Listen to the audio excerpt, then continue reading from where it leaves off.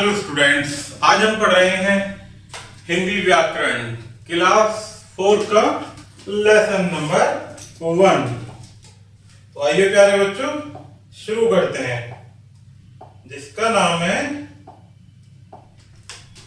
भाषा और व्याकरण। तो आइए प्यारे बच्चों लेसन नंबर 1 शुरू करते हैं।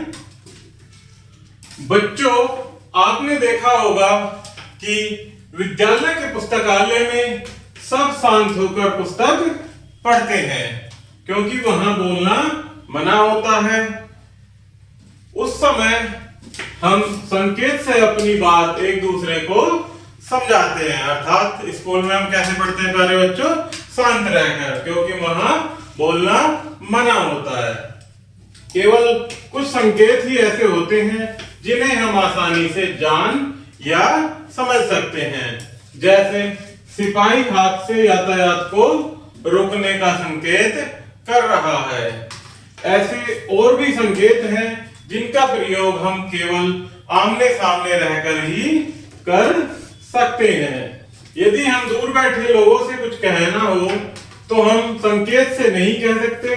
दूर बैठे लोगों से बात करने के लिए किसी अन्य साधन की आवश्यकता पड़ती है, इसलिए बच्चों भाषा बनाई गई है। तो आइए प्यारे बच्चों देखते हैं भाषा की परिभाषा। जिस साधन से हम अपने विचार बोलकर या लिखकर प्रकट करते हैं तथा दूसरे के विचारों को सुनकर या पढ़कर समझ लेते हैं, वह साधन ही भाषा है। इसे कहते हैं प्यारे बच्चों कि जिस साधन से हम अपने विचारों को बोलकर या लिखकर प्रकट करते हैं और दूसरों के विचारों को सुनकर या लिखकर समझ लेते हैं, वह साधन क्या है प्यारे बच्चों? भाषा। यदि संक्षेप में कहें तो भावों और विचारों के आदान प्रदान के साधन को ही हम क्या कहते हैं? भाषा कहते हैं। भाषा के रूप, तो आइए प्यारे बच्चों देखते हैं भाषा के दो रूप होते हैं। कौन कौन से होते हैं? पहला है मौखिक भाषा और दूसरा होता है लिखित भाषा। तो आइए प्यारे बच्चों ये हम भाषा के रूप परिभाषा और उनके उदाहरण के माध्यम से समझने की कोशिश करते हैं। जिसमें पहला है मौखिक भाषा।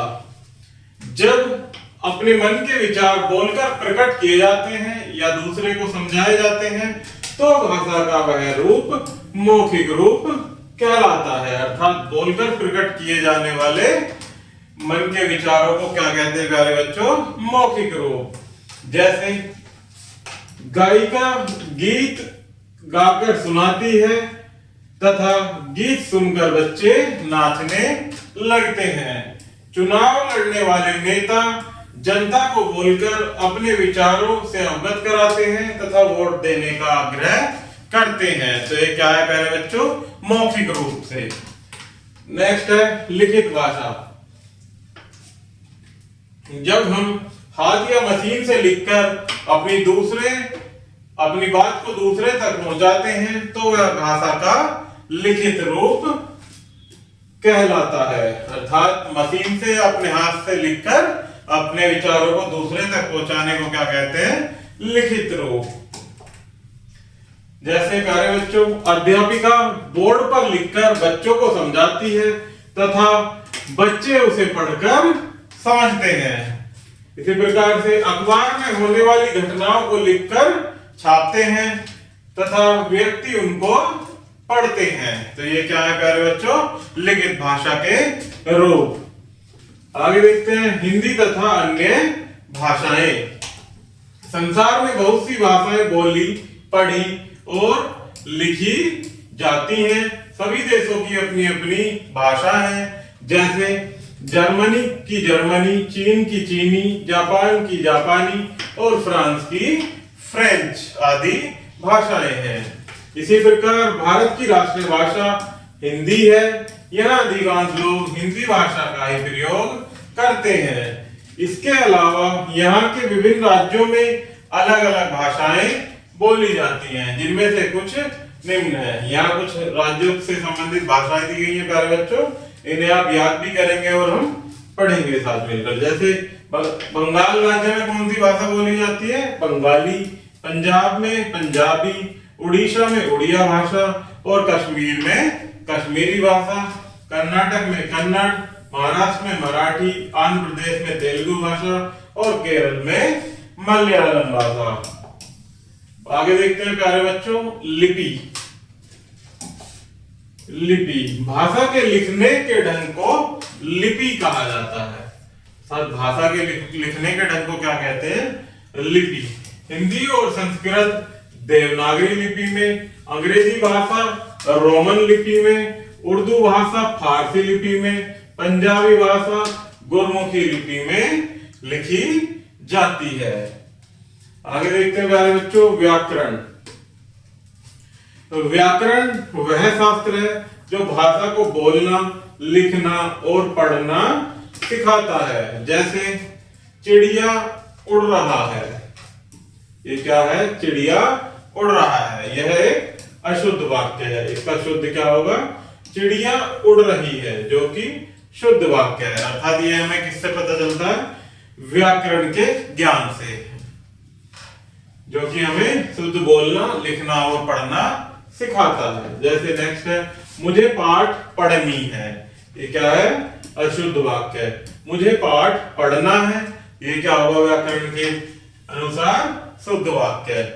आगे देखते हैं, शब्दों और वाक्यों का शुद्ध रूप हमें व्याकरण से ही पता चलता है। अर्थात हमें जब तक व्याकरण का ज्ञान नहीं होगा प्यारे बच्चों, तब तक हम ना ही तो शब्दों को और ना ही वाक्यों को शुद्ध रूप से लिख सकते हैं और ना ही समझ सकते हैं।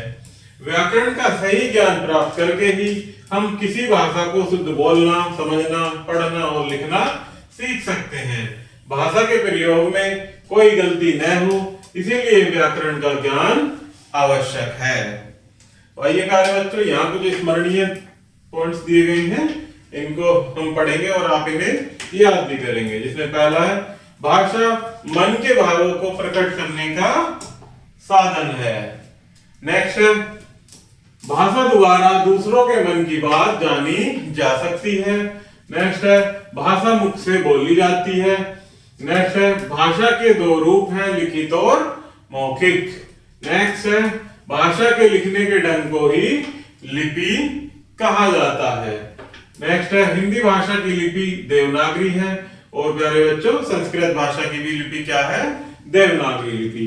नेक्स्ट है, भारत में अनेक भाषाएं बोली जाती हैं। नेक्स्ट है, भाषा के शुद्ध रूप का ज्ञान कराने वाला शास्त्र क्या कहलाता है प्यारे बच्चों? व्याकरण कहलाता है। तो ये हमारा लेसन यही समाप्त होता है प्यारे बच्चों। आशा करता हूँ कि आपको वीडियो जरूर पसंद आई होगी। धन्यवाद।